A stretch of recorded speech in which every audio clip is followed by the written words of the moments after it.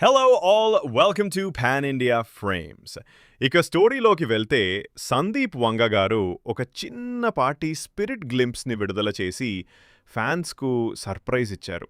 ఈ గ్లింప్స్ చూసిన తర్వాత స్టోరీ మెయిన్ థీమ్ మరియు క్యారెక్టర్ తాలూకు ఇంపార్టెన్స్ ఏంటో చూపించారు. మీ గువా స్పిరిట్ సినిమాపై 5 ప్రధానమైన స్టోరీ ప్రెడిక్షన్స్తో మీ ముందుకు వచ్చేసా. ఒక చిన్న dialogue. Right from a childhood I just have one bad habit.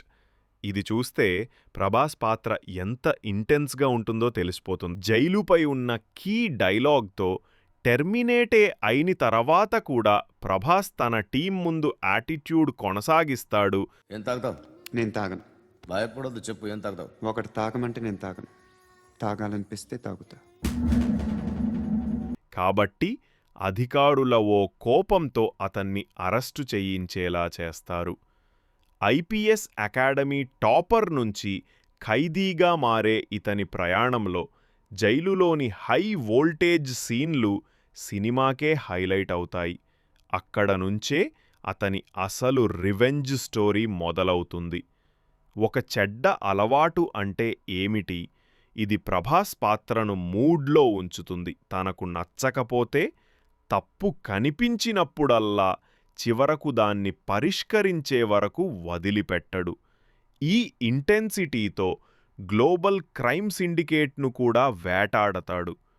Prabhas పాత్ర అంతర్జాతీయ నెట్వర్క్ను ఛేదించడానికి దేశాలను దాటి థాయిలాండ్, మెక్సికో లాంటి లొకేషన్స్లో అడుగుపెడతాడు. ఈ పాత్రలలో పవర్ఫుల్ ఇన్స్పిరేషన్గా యాక్ట్ చేసే విలన్ కొత్త రేంజ్ను తీసుకొస్తాడు. ఇది సినిమాలో సూపర్ హాలీవుడ్ స్థాయి యాక్షన్ను ఖాయం చేస్తుంది.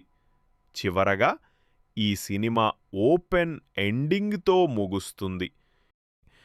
మొత్తానికి డిస్గ్రేస్డ్ ఐపీఎస్ ఆఫీసర్ రివెంజ్ డ్రామా ఈ సినిమాను మరో లెవెల్కి తీసుకెళ్తుంది.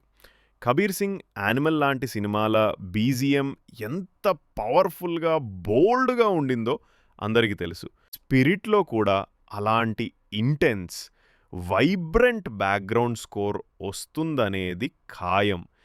మీకు బాగా నచ్చిన ప్రెడిక్షన్ ఏదైనా కామెంట్స్లో చెప్పండి.